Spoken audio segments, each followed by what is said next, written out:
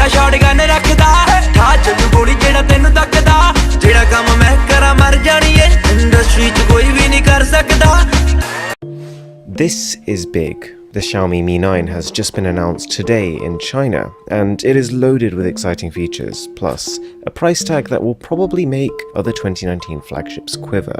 Oh yeah, and the phone is also being released alongside what I think is a record-breaking 20-watt wireless charger, which charges this phone faster than many smartphones charge when they're physically plugged in. Let's get into it. Xiaomi's Mi 9 is built like something out of a sci-fi movie. Minimal seams and ports, so no headphone jack or microSD card slot, and a super glossy back. The front is fitted with the latest Gorilla Glass 6, and the entire back glass is curved, unlike past variants where only the edges were curved, and so it slides effortlessly into your palm, but just be careful that it can also slide out just as easily. If we compare to Huawei's Mate 20 Pro, the curves are gentler here because the sides are completely flush with the back. And what I was impressed by is that Xiaomi have managed to do this whilst creating a phone that doesn't really wobble on a table.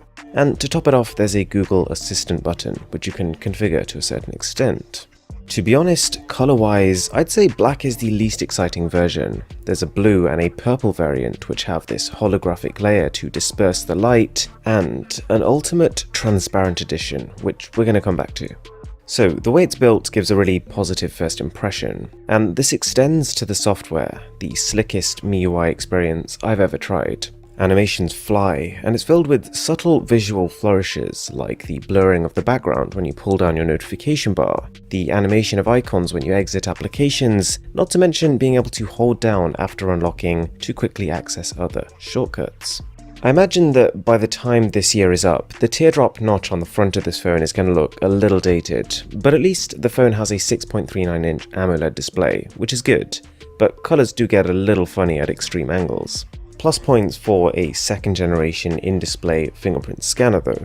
So, for the main event, I was cautiously optimistic about the camera. This is Xiaomi's first foray into the triple camera market, and for the most part, it seems like it was worth the wait. At the top, there's a 12-megapixel telephoto lens, which lets you zoom in 2 times.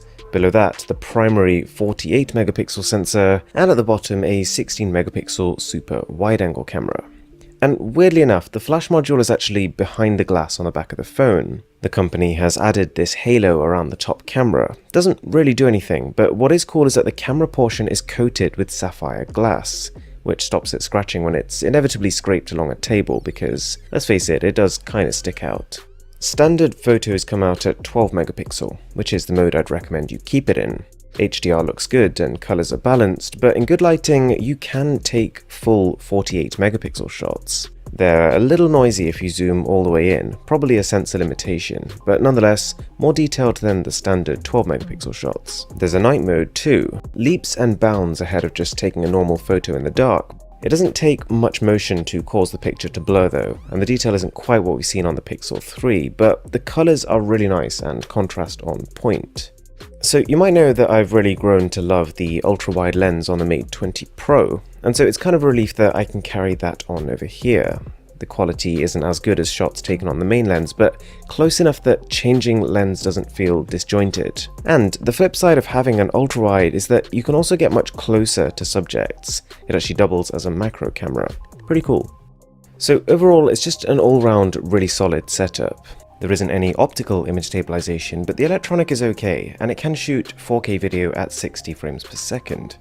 Even the front camera is improved. This is a 20 megapixel sensor, and in broad daylight, HDR is amazing, and when the light starts to dip, detail is still retained surprisingly well. With the Snapdragon 855 and 6GB of RAM, the Mi 9 is one of the most powerful phones in the world. This chip is a beast, and its effects extend far beyond just having a responsive UI. Wi-Fi speeds are awesome, app load times are fast, and you often still have a spare 20% of unused headroom, even when you're playing top-tier games. Now, that transparent edition we talked about doubles the RAM to 12GB and comes with 256GB of storage compared to 64 or 128 on the others. And yeah, 12GB, pretty overkill, but that's an argument for another day, because this design is epic. It feels like a real second-generation product, like a slicker, more powerful version of last year's transparent Mi 8 Pro. I mentioned that the phone also supports super fast wireless charging, and well, we've seen similar improvements to the wired department. The Mi 9 comes with a 27-watt charger, which can fully charge the phone in a fraction over an hour, faster than OnePlus Dash charging, but not quite as fast as their new Warp Charge 30. The phone kind of needs this charging speed advantage because its 3300 mAh capacity is definitely on the lower end. But bear in mind, the latest Android 9, an efficient 7nm chip, and a 1080p OLED display all contribute to pretty good efficiency here. The exact price is going to be announced roughly when this video drops, so I'll leave that as a comment below, but my opinions here are based on the expected price of about £500 to £600 in the UK, which is a fair bit cheaper than the likes of Huawei and Samsung. If you enjoyed the video, a sub would be massively appreciated, and as always, my